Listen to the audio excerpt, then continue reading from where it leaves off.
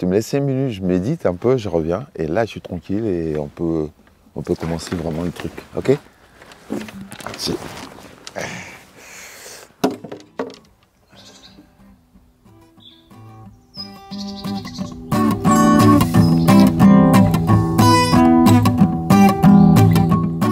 Moi, je suis musicien, voilà. Je suis franco-ivoirien. Can I remember the last time when she was walk up in a brownie sun to bring in the evening time? Lot of the food in a week. Can I remember the last time? Ici, c'est la survie, en fait. Si on ne sait pas survivre, on ne peut pas vivre ici, tu vois. Ici, c'est pas, en fait, c'est pas un confort de vie, quoi. Ici, c'est la débrouillardise pour subsister, en fait. Can I remember the last time? Can you give me love, only là-bas? Mais moi, je le prends bien parce que j'ai déjà perdu beaucoup de choses. Et je suis dos au mur. Quand vous êtes dos au mur, vous ne pouvez plus reculer. Donc moi, ici, c'est les dernières bases, quoi. Je ne peux plus reculer plus que ça, tu vois. Love, love, love me woman. Love, love, love me darling. Love, love. Je sais que les oiseaux, ils n'ont rien à payer ici. Donc si je vis comme eux, je peux vivre un peu quand même si j'essaie de leur regarder, les oiseaux, les criquets qui ne payent rien, les autres trucs qui ne payent rien. Les papillons qui ne payent rien ici, moi aussi je peux ne pas payer rien et puis essayer de vivre comme ça. J'essaie, mais je pense qu'il faut plus que ça quand même pour vivre sur la terre, tu vois. Donc voilà, maintenant je suis obligé de retourner dans la ville. Et si je retourne dans la ville, il me faut bien payer des choses. Donc je suis obligé de retourner à mon histoire, tu vois, à mon histoire de ce que j'ai fait avant et de tout ce qu'on m'a exproprié, de tout ce qu'on m'a pris.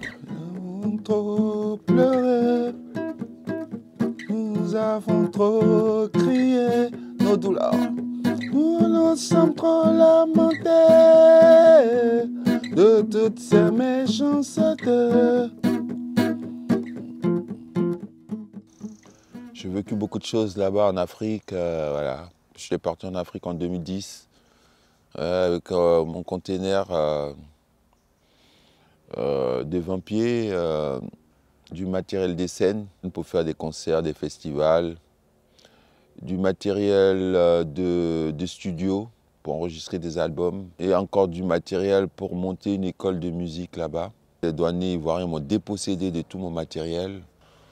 Bon, j'étais patient, quoi. Je pensais qu'ils allaient me le rendre. Et je suis resté là, attendre, et rien ne se faisait. Assis dans l'obscurité, n'attend que la ration quotidienne. J'avais écopé une année de prison plus 5 ans d'interdiction du pays.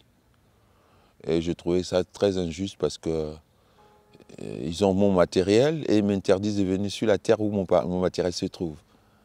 Bon, c'était un peu, pour moi tout ça, c'était vraiment, je savais qu'il y avait un faux truc derrière. Parce que je fais une musique engagée, mais en principe, ma musique, elle n'agresse personne, elle dit seulement les choses. Tu vois.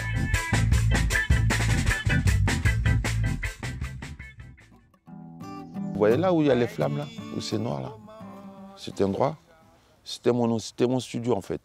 Bon, au fur et à mesure que je faisais des concerts, que je gagnais un peu d'argent, j'investissais dans du matériel. Là, j'avais le gros studio, les chiffres, qui connaissaient. Ils l'ont cramé. Ils ont cramé. Lui, il est venu dans mon studio, il a vu comment c'était le studio. Un bon truc, ils l'ont Ouais. cramé. Il faisait du bon son, tout ça et tout. On était en train de faire des enregistrements bien et tout. C'était presque un attentat. On a brûlé mon studio. Pendant que j'étais dedans, je dormais.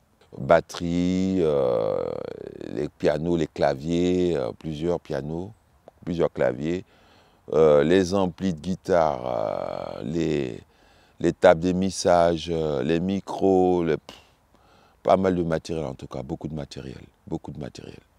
Depuis 13 ans, je subis parce que le poids de la vie, parce que je ne peux pas être actif comme je voulais. Donc j'ai moins de rentabilité, j'ai moins de rente, j'ai moins d'argent, tout est bloqué un peu.